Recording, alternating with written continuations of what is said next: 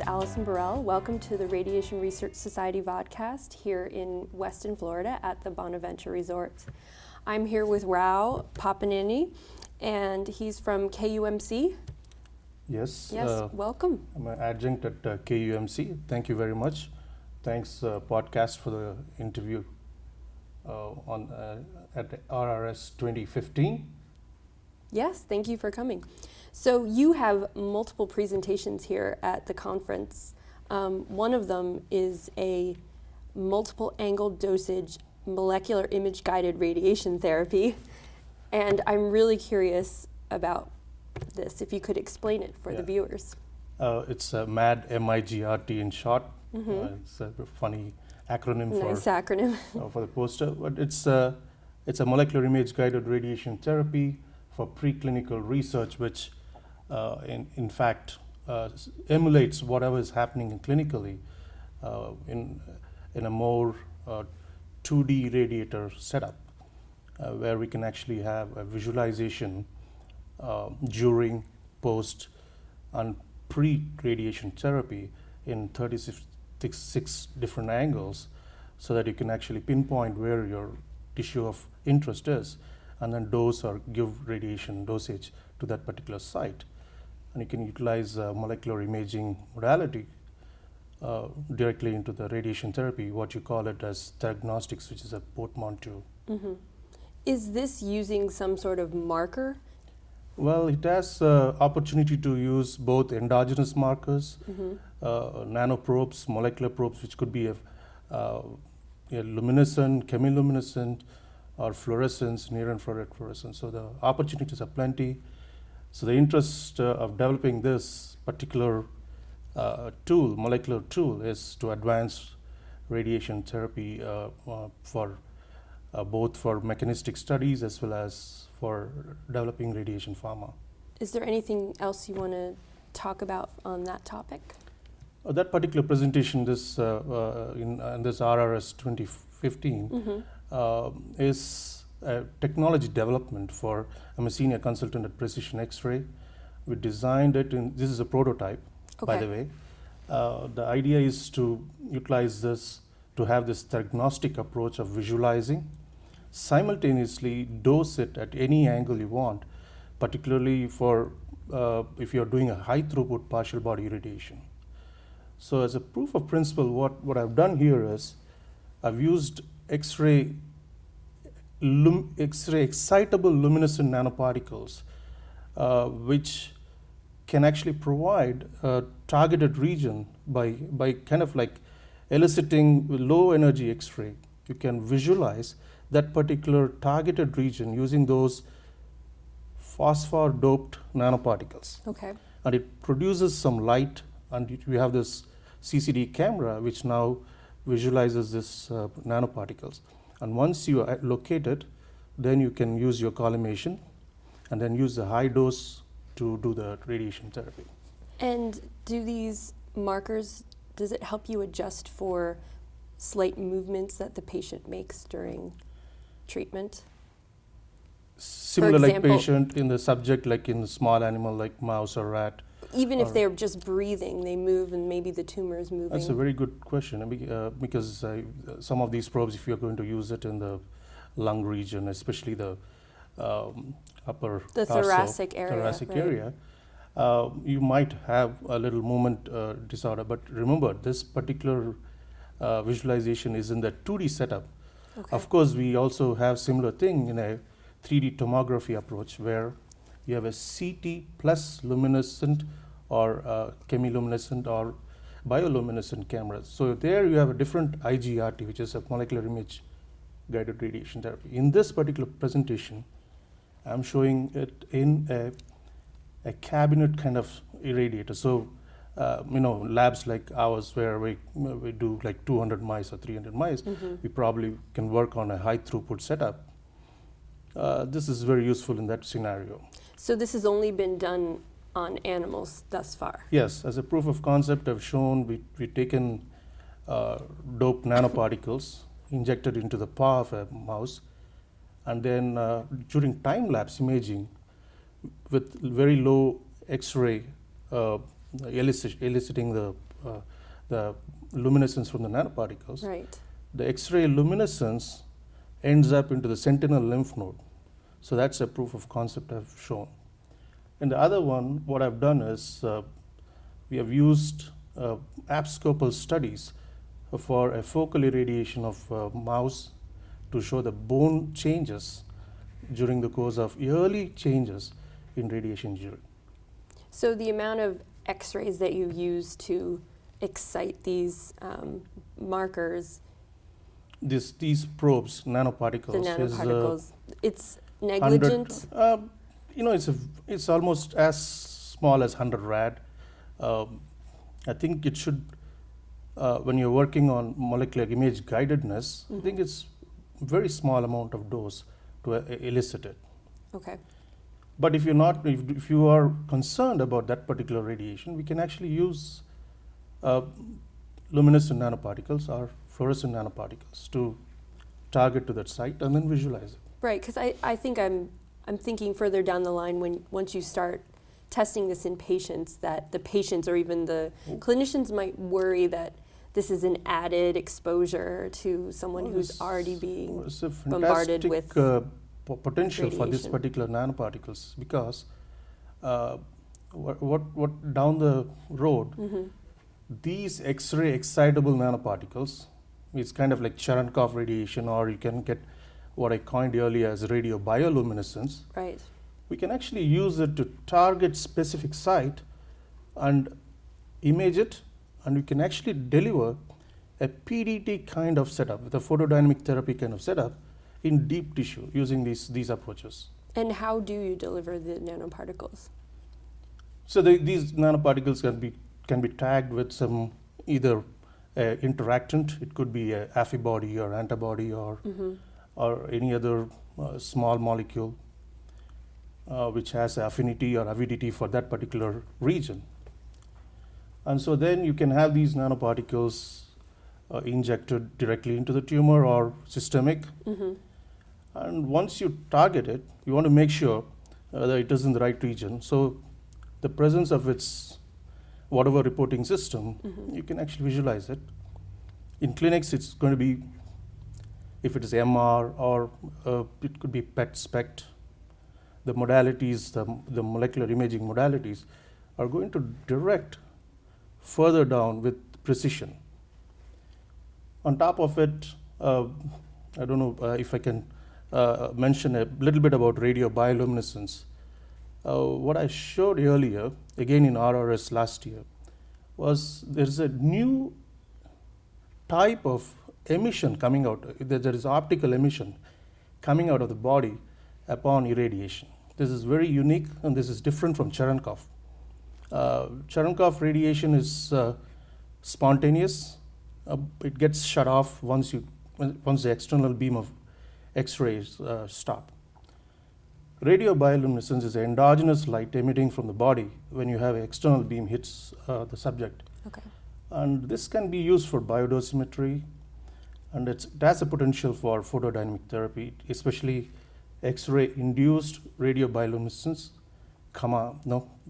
as well as the photodynamic therapy. How far off do you see this this research being transitioned into clinical trials? Clinical trial. Is it still a ways off? I mean, this is proof of concept research you're doing with the animals, but this kind of approach has been seriously looked at. Cherenkov imaging, or not radiobioluminescence, is just picking up. Cherenkov plus PDT has a potential, but stringent studies have to be utilized further. To see any other. It sounds exciting, so I'm sure. Yeah, it is the next generation type of stuff. Proper, studies should be planned ahead so that we don't see any other toxicity, etc. Right. Well, and I wanted to also mention that you were a guest on our podcast, the Radiation Research Podcast, back in April of 2012. Yeah. And I'm curious how much your research has changed since then. It was an interesting podcast because At that time, I was in molecular imaging per se, and a very small amount of my lab was working on radiation research. Then, as I'm moving towards more of technology development as well as trying to find new pharmaceutical agents in radio protection, etc., I think I'm moving, integrating more of the molecular imaging and nanotherapeutics. And that particular podcast was indeed based on one of our review on utilization of nanotechnology and molecular imaging in radiation therapy. And the field has really tremendously grown in the past 2-3 years, especially after that review article we have come across, and more in Astro as well as in RRS. Nice. And you mentioned the other presentation that you're giving here at Radiation Research Society. It's a pretty novel discovery. Would you like to discuss that? This particular presentation is in collaboration between my lab and Shahid Umar's lab in KUMC, where I'm an adjunct position. I have an adjunct position, and this started up with an interesting observation that we saw the radiation injury related gastrointestinal changes is very similar to what happens when there is an infection by Citrobacter bacterial infection. So we started moving ahead and see what exactly is happening.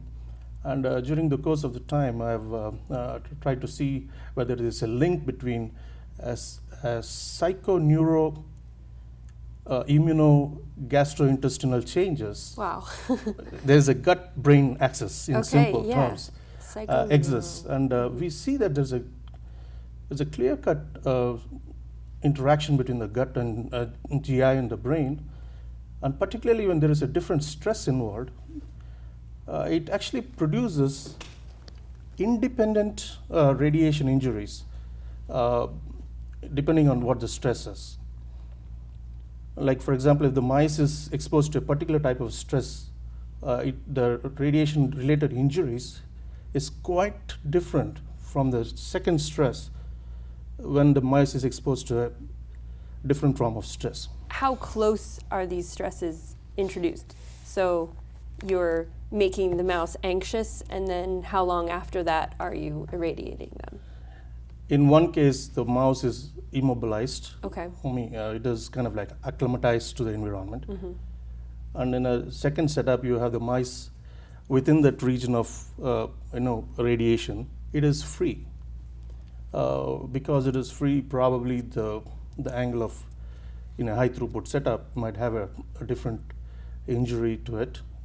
In addition to that, there might be certain endogenous factors which might influence what happens to this, especially the intestinal stem cells, dynamics, and the crypt cells, and then we see very early stages in the mucin changes. And all these things actually are probably the critical factors, because we see the RRS reactive oxygen species generated within minutes after irradiation. And especially this MAD MIGRT is going to be a very good setup to visualize the changes in RRS. Especially we have probes like very ultra-sensitive luminol type of probe, which can detect a singlet oxygen generated during irradiation. And we have shown that by chemiluminescence approach, these reactive oxygen species, especially in the GI region, are very critical. And these actually indeed allow a specific set of microbiome to be released internally as well as externally. So especially Clostridium, I think a Clostridium cluster, which is involved in butyrate producing bacteria, is kind of like a biomarker in the early GI injury. So it's interesting, you were saying, so the MAD MIGRT, it's not just something you're developing as just treatment, but it sounds like it can be used as a research tool as well. Absolutely. So my lab interest is coming from molecular biophysics. It's a necessity-based introduction of novel technologies, both hardware as well as chemical hardware like nano carriers, etc. to facilitate the molecular studies in advancing radiobiology and radiation medicine. These nanoparticles, I call it as a nano radio guidance because it's going to guide, by the nanomaterial is going to guide where we're going to image and where we're going to treat. So tools are specifically made for that particular problem. In the case of, again, this GI injury, Yes. we have developed novel probes again to see how, in collaboration with Baylor College of Medicine, my kind of like an alma mater. Mm-hmm. We have genetic reporters which can actually detect changes in singlet oxygen in different compartments of the cell. And my actually interest in radiation biology started way back, but without my knowledge, because in 2005, we did a global screening with SIR in a library. And one of the panel was to study tumor suppressor and radiosensitization. So we have novel candidates available, and I'm ready to collaborate with different labs to pursue on this angle. Well, it sounds very exciting. And I just have one more question. So this, what were you calling it? Neuropsychological GI response? Immuno response. Brain gut Yeah. nexus. So you're, at the moment just still looking in animals in vivo, but do you think translating that to treatment of patients, is this something where if a patient's really nervous, maybe that the environment like we say, that they're treating can of butterflies, when we Right. say that butterflies, we have the GI syndrome. So you think that could potentially be a negatively affecting their treatment, having that mindset? More like, just curious. like for example, there's a nuclear terrorism scenario. You have, Okay. or a simple accident where the workers don't know what accident is. They're quite a different exposure. Mm-hmm. That's what I feel.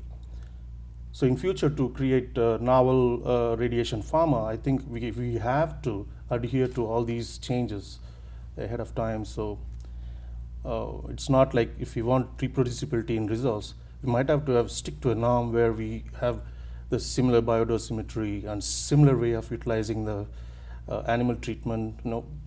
We can't like toss it around and image it or Right. irradiate it. So they will these results might lead us to have a particular set of rules in how we irradiate the animals or Or the undertake the patients. research. In the future. Okay, so one more question, or not one more question, but a good question to ask is, what is bioluminescence? And or sorry, not bioluminescence, but radiobioluminescence. Well, radiobioluminescence is a terminology coined to show the endogenous light coming out of a body Okay. upon irradiation, especially external beam irradiation, or probably even an internal brachytherapy kind of scenario.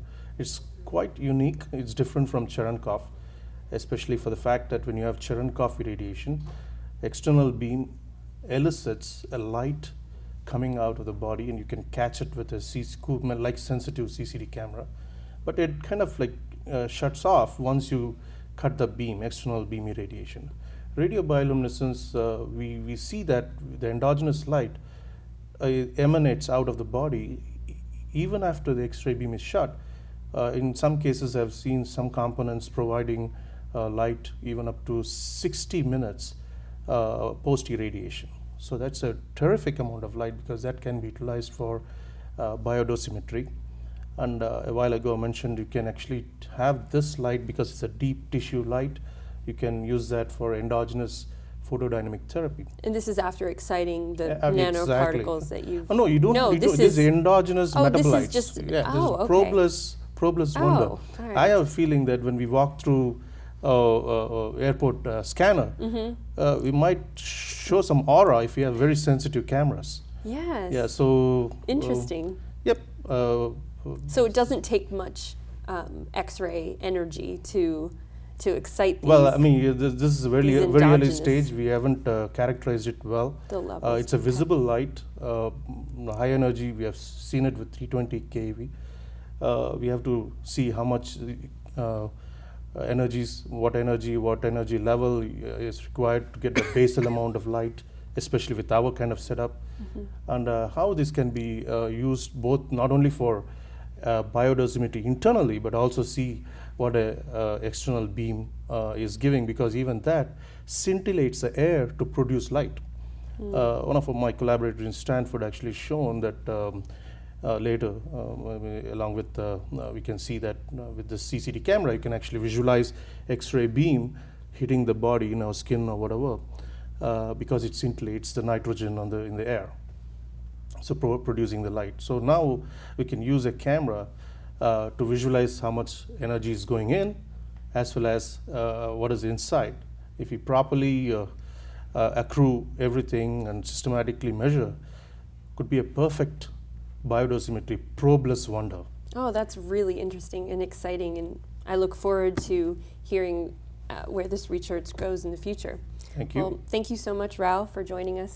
Thank you, Alison, for the and vodcast. thanks for podcast for this opportunity to discuss my research, especially from my lab as well as from KUMC lab. Great. Thank you very much. Take a seat.